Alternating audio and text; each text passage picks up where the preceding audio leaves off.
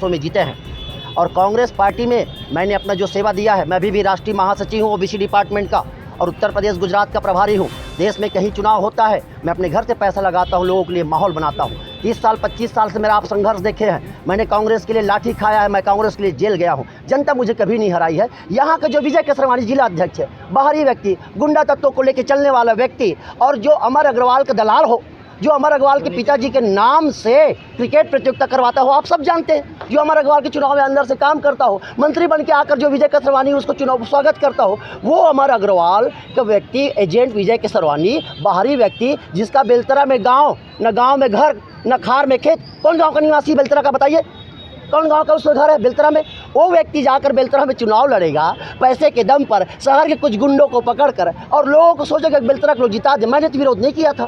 मैं तो प्रदेश कांग्रेस कमेटी का पदाधिकारी हूँ, मुझे तखतपुर का प्रभारी बना। चाहे राजनीतिक जीवन कह लीजिए या उनकी अपनी निजी जीवन की बात कर लीजिए, जो व्यक्ति 65 साल का सोपान पूरा कर चुका है, अगर उसको संगठन में अध्यक्ष जैसे महत्वपूर्ण पद पर बिठाया जाएगा तो वो रूढ़िवादी अपनी नीतियों से और अपनी संकुचित सोच से संगठन को आगे बढ़ाने का काम करेगा। ये उसी का नतीजा है कि एक वार्ड में, वार्ड नंबर 23 में रुबिन रिजवी को टिकट दिया जाता है, जिसका नाम बिलासपुर के मतदाता सूची में नहीं है। आनंद फानन में अब वो दूसरे प्रत्याशी की तलाश कर रहे हैं।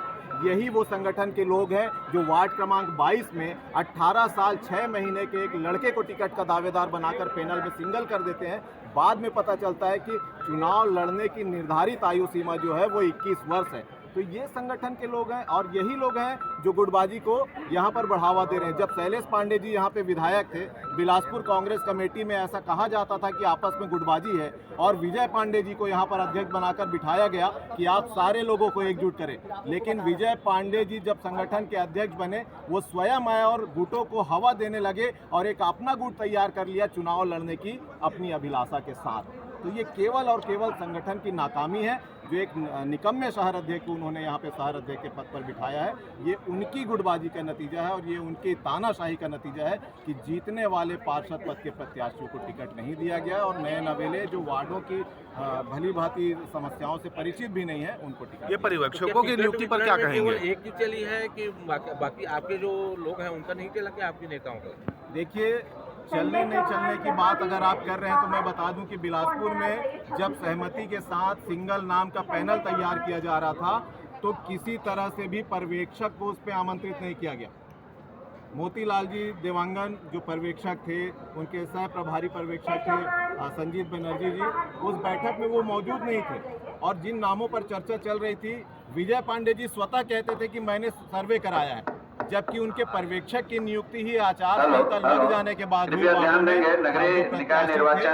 फीडबैक लेने के लिए आवेदन पहले कांग्रेस की नीति के अनुसार ब्लॉक अध्यक्ष वार्डों में जाकर आवेदन लेते थे और ब्लॉक अध्यक्ष अपने जो सहमति होती थी, अपना जो ओपिनियन होता था उसके साथ प्रत्याशियों का फीडबैक बना कर देते थे। लेकिन विजय पांडे ने कांग्रेस भवन में आवेदन मंगाया, ब्लॉक अध्यक्षों को पता तक नहीं है कि किस वार्ड से कितने प्रत्याशियों ने आवेदन किया। केवल एक व्यक्ति की तानाशाही, उन्हें मालूम है कि एक हफ्ते के बाद, एक महीने के बाद वो हट जाएंगे और इसीलिए उन्होंने कांग्रेस का बेड़ा गर्क कर दिया है, जिसका नुकसान आगामी भविष्य में कांग्रेस संगठन को झेलना होगा। ठीक ठीक।